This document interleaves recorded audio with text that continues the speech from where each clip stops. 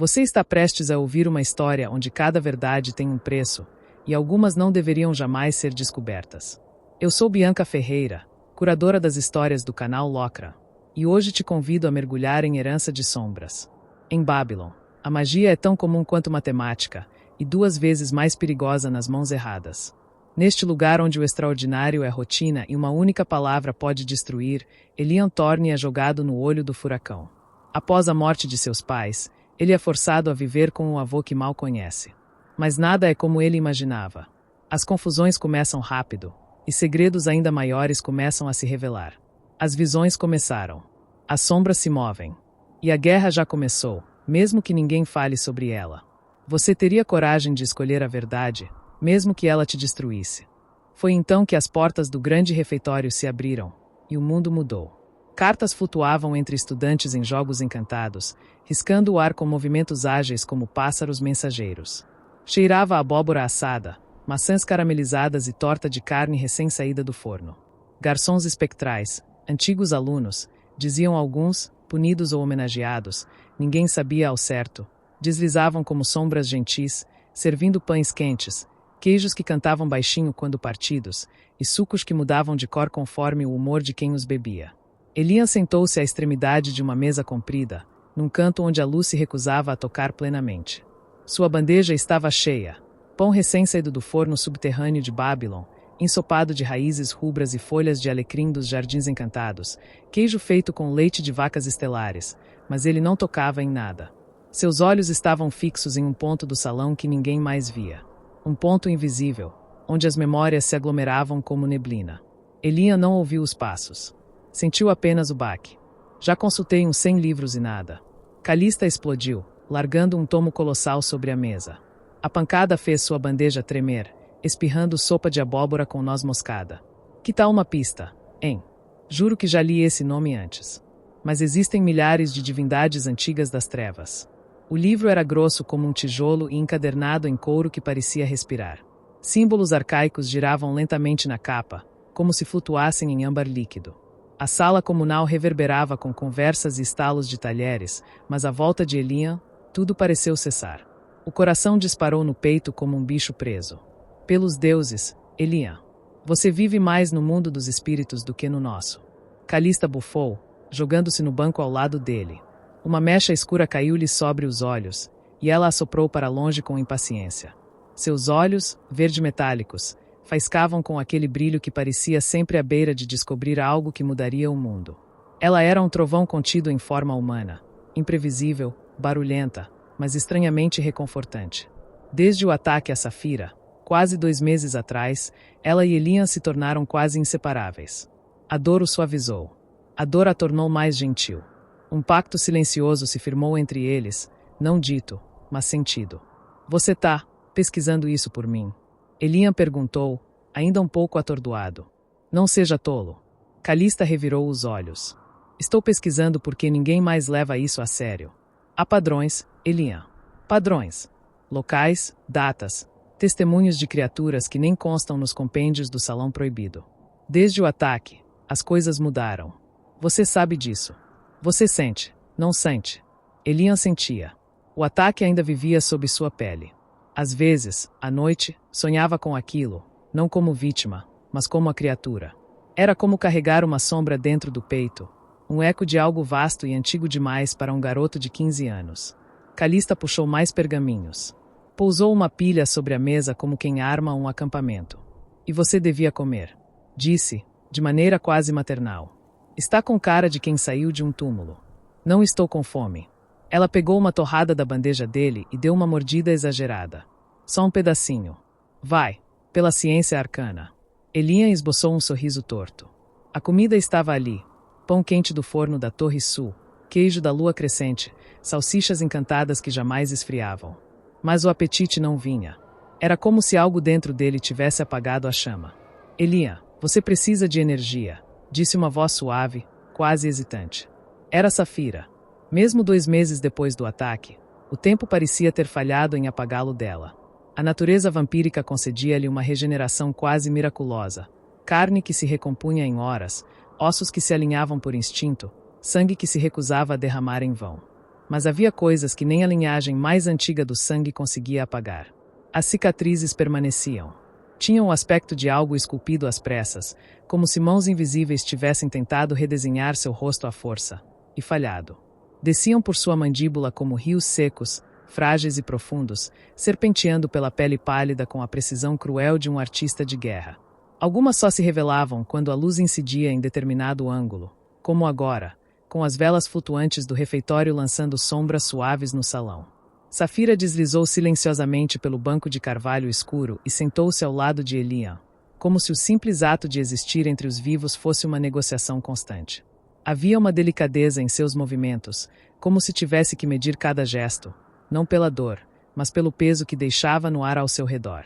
Ela evitou a luz, instintivamente.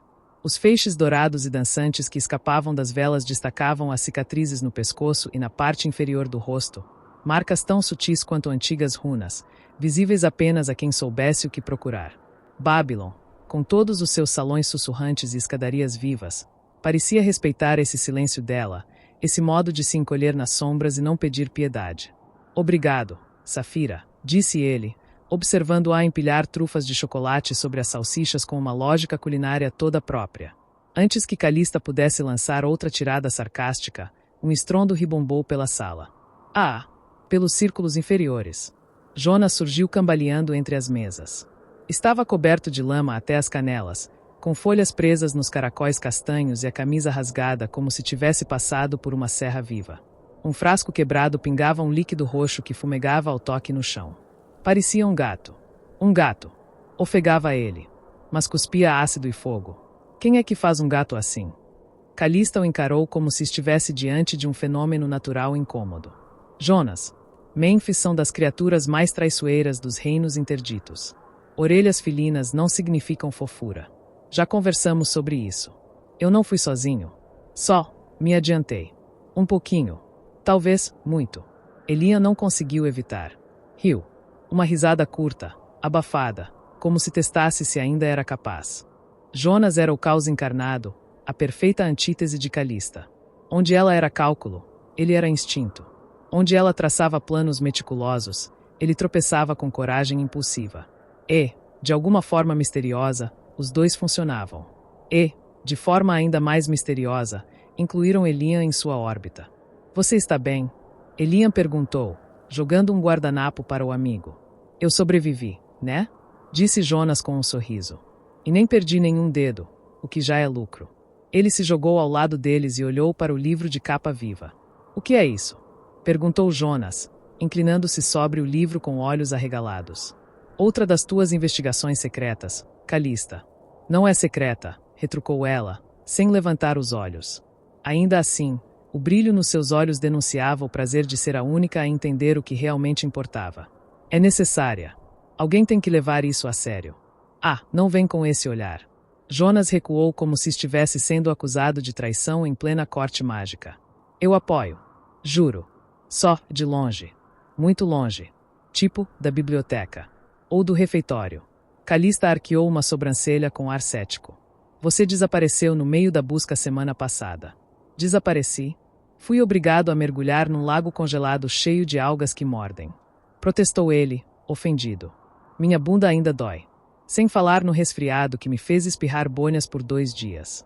Você aceitou ir, lembrou Calista, virando mais uma página do tomo, os dedos deslizando pelas runas cintilantes. Eu achei que fosse um piquenique investigativo. Gemeu Jonas. Quando você disse explorar o santuário submerso, não imaginei que o submerso fosse literal. Safira soltou uma risadinha abafada. Elian também sorriu, sentindo um calor inesperado no peito. Safira tirava folhas do cabelo de Jonas enquanto ele contava a sua versão cada vez mais fantástica da caçada ao Mênfis. Calista fingia desinteresse, mas sorria com o canto dos lábios. E Elian apenas olhava. Era estranho. Algumas semanas atrás, ele era uma ilha. Agora, havia pontes. Vínculos. Eles estavam aqui. Por alguma razão, estavam aqui. Talvez ele também estivesse. Então, Elian, disse Calista, de repente mais séria. Você lembra de algo mais? Do ataque. Qualquer detalhe pode ajudar. O peso da pergunta caiu sobre ele como uma névoa fria. A mão dele apertou os joelhos por baixo da mesa.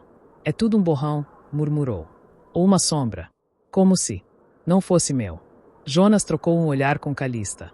Depois, tocou levemente o ombro de Elian. Não agora. Vai lembrar quando for a hora. Enquanto isso, vou tomar um banho antes que alguém me jogue no caldeirão da sopa. Elian sorriu, pequeno, mas verdadeiro. Um sorriso que dizia, estou aqui. Não inteiro, não curado, mas presente. Quantos dias até as férias? Perguntou Jonas, já com a boca cheia de bolo de caramelo. 1 mês e meio, respondeu Calista, com um suspiro. E vocês dois vão continuar investigando enquanto eu estiver fora, certo? Vai visitar seus pais? Perguntou Safira, baixinho. Sim, Calista respondeu, sem muito entusiasmo. Mas duvido que 2 dentistas saibam alguma coisa sobre deuses sombrios. Dentistas? Jonas tossiu de tanto rir. Pensei que seus pais fossem, sei lá, caçadores de artefatos malditos. Não, eles colecionam aparelhos ortodônticos encantados. Calista disse, seca. Um dia, vou te mostrar o porão. É um inferno com cheiro de hortelã. O riso que se seguiu foi leve, sincero. Os 4 permaneceram à mesa por mais algum tempo, como náufragos que, por sorte, haviam encontrado a mesma ilha. Safira comia seus chocolates com a delicadeza de uma dama antiga, empilhando-os ao lado como se cada um fosse uma pequena obra-prima. Jonas ainda tentava se livrar da lama nas roupas e de uma mordida peculiar no pescoço, praguejando baixinho. Calista, de sobrancelhas franzidas, examinava os deveres de Elian para a aula de feitiços com o ar de quem gostaria de reescrever a tarefa por inteira. Todos eles estavam no 1º ano, ainda com o cheiro fresco da novidade e o peso crescente dos segredos que Babylon guardava. Elian, no entanto, era o único a ter chegado atrasado, lançado naquele universo oculto como quem desperta de um sonho para descobrir que viveu a vida inteira no mundo errado.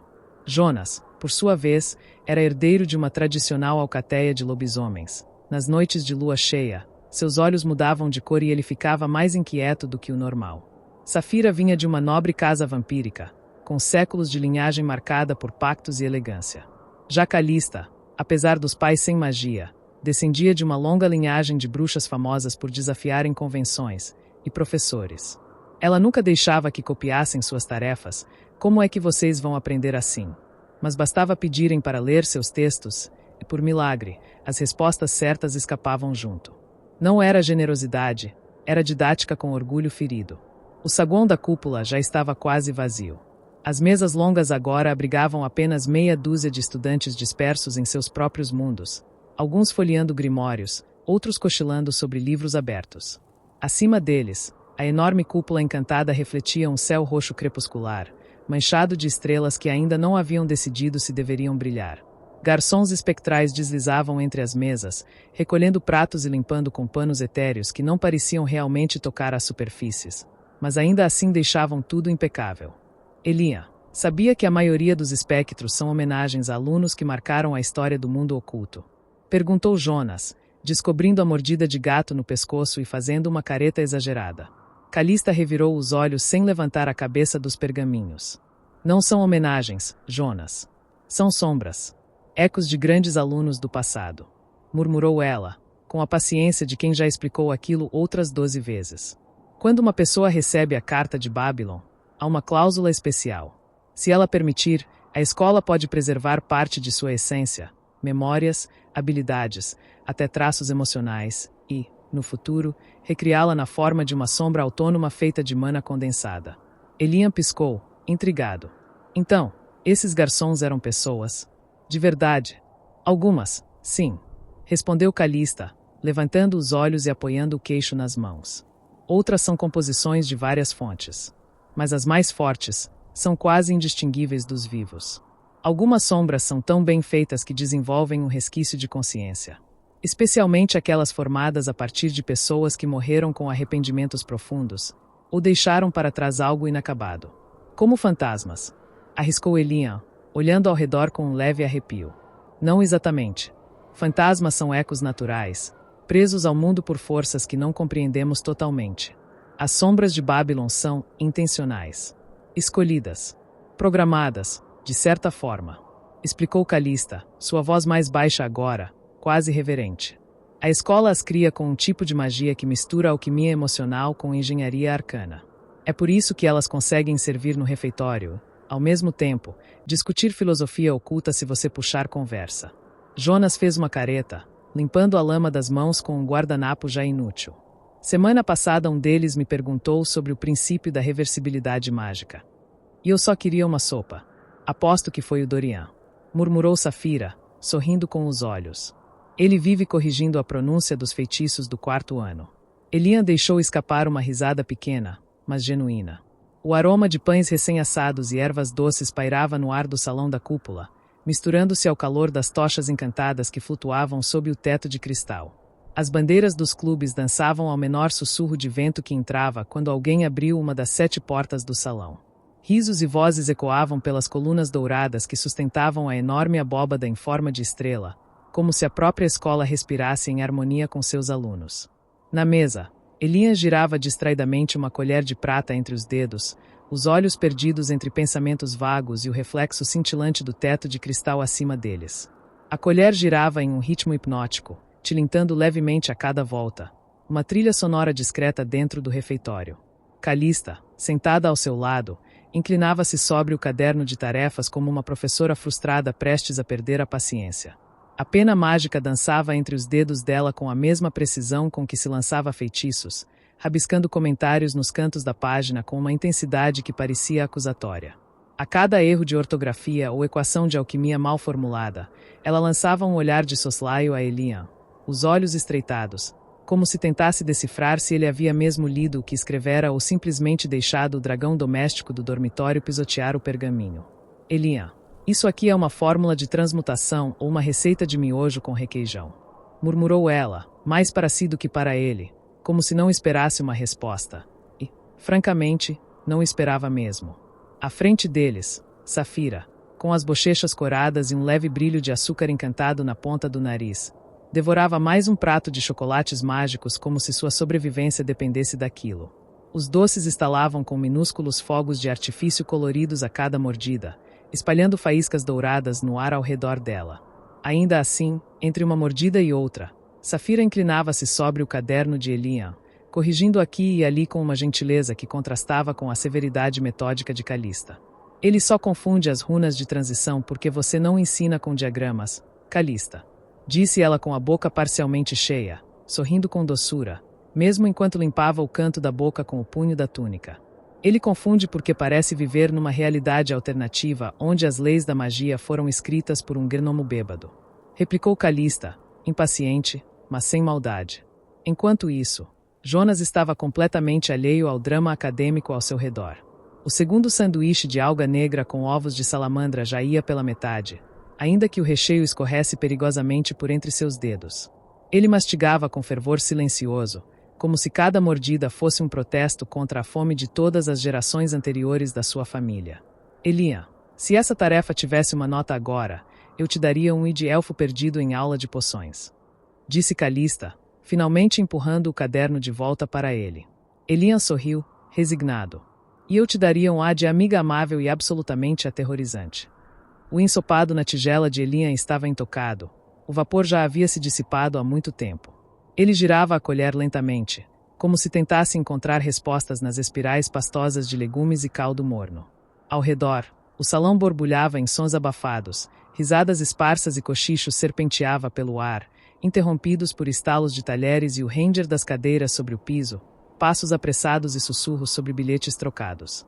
O fogo dançava preguiçoso nas grandes lareiras que aqueciam o salão. Mas para Elian, tudo era um pano de fundo indistinto, como se ele observasse o mundo por detrás de um vidro espesso. Vai comer isso, murmurou Jonas, já com os olhos cravados na tigela de Elian, como um corvo farejando algo precioso. Elian não ergueu o olhar. Pode pegar, respondeu, a voz arrastada, empurrando o prato na direção do amigo com um gesto vazio. Calista, sentada ao lado, inclinou-se sutilmente na direção dele. Elian, ela disse, com um tom que só ele poderia ouvir, ainda está tendo aqueles sonhos? Ele assentiu com a cabeça, quase imperceptivelmente, os olhos perdidos na janela arqueada, onde flocos de neve desciam em espirais preguiçosas. A neve batia nos vidros com um ritmo hipnótico, como dedos invisíveis pedindo para entrar. Então, sem aviso, o ar mudou. Um perfume cortou o espaço como uma lâmina invisível, floral, mas não doce, selvagem. Tinha algo de jasmim e luar, algo completamente alheio à estação. Atravessou o salão como uma brisa rebelde. Elian ergueu a cabeça de súbito, sentindo um arrepio gelado percorreu sua espinha. Ele soube. Antes mesmo de ouvir a voz. Antes mesmo de vê-la. Ele soube. Elian Thorne. A voz era aveludada, arrastada, como uma prece antiga esquecida nas ruínas de uma catedral. Ele se virou. E lá estava ela. Artemis Black. Não apenas bela, mas impossível, como uma figura arrancada de um vitral antigo, ou de uma lenda narrada ao pé da lareira. Os cabelos longos, de um prateado quase translúcido, pareciam brilhar sob a luz. Os olhos, dourados como o ouro celestial derretido, estavam cravados nele com uma intensidade quase cruel. O salão mergulhou num silêncio involuntário. Mesmo quem não a conhecia sentia. A atmosfera havia mudado. O mundo, por um momento, girava ao redor daquela mesa. Calista deixou o caderno escorregar de suas mãos. O som seco do couro batendo contra a madeira foi seguido pelo respingar do chá sobre os papéis, encharcando fórmulas e anotações. Ela não disse nada. Apenas olhou, boquiaberta, como se tivesse visto uma entidade ancestral sair das páginas de uma lenda proibida. Artemis, murmurou, o nome saindo como uma prece. Ou um presságio. A presidente do conselho estudantil. A mais jovem em 3 séculos. Seu nome reluzia nas margens dos manuais avançados de alquimia, e seus projetos, dissecados por professores, eram considerados impossíveis, até serem realizados. Para Calista, Artemis não era uma colega. Era uma constelação. Artemis não lhes deu atenção. Ou melhor, decidiu não fazê-lo. Seu aceno para Calista foi quase imperceptível, cortês, mas gélido, como o gesto de uma rainha a um súdito. Os olhos dela estavam colados em Elian, e apenas nele. Preciso falar com você. Agora. A sós. Elian sentiu os músculos responderem antes da mente. Levantou-se, como puxado por uma corda invisível, o coração martelando algo entre ansiedade e pressentimento. Calista e Jonas o fitaram com olhos arregalados. Mas Artemis já se movia, e Elian a seguiu, como quem sonha e não controla os pés. E assim, termina mais um capítulo de Herança de Sombras. Se essa história te prendeu, deixe o seu like. Isso ajuda muito o canal a crescer e nos motiva a continuar trazendo mais conteúdos como esse. Conta pra gente nos comentários. O que você acha que está por trás das visões de Elian? Não esqueça de se inscrever no canal Locran e ativar o sininho para não perder nenhum episódio novo. Eu sou Bianca Ferreira, e te espero no próximo capítulo. Até lá, cuidado com as sombras.